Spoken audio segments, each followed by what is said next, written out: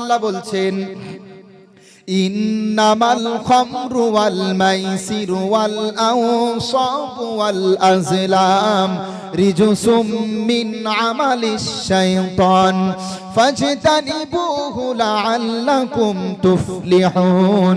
সূরা আল মাইদার 90 নম্বর আয়াত। ভালো করে শুনেন, আমার আল্লাহ বলছে অবশ্যই মদ, অবশ্যই জুয়া, অবশ্যই লটারি এবং মূর্তি পূজা তোমাদের জন্য নিষিদ্ধ করা হলো।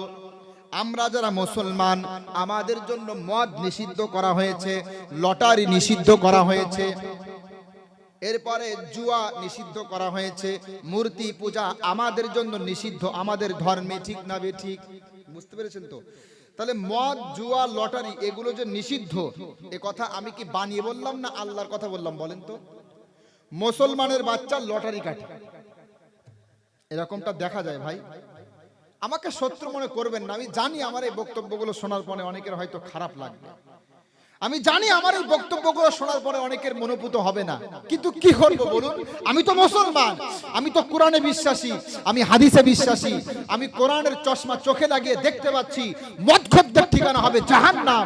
আমি কোরআনের চশমা চোখে লাগিয়ে দেখতে পাচ্ছি সুদখোরদের ঠিকানা হবে জাহান্নাম, ঘুষখোরদের ঠিকানা হবে জাহান্নাম, অবৈধ বিজনেসকারী হারাম খোরদের ঠিকানা হবে জাহান্নাম।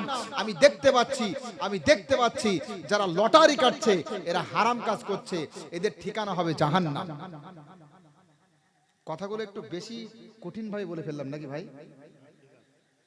কঠিন হয়ে গেল নাকি?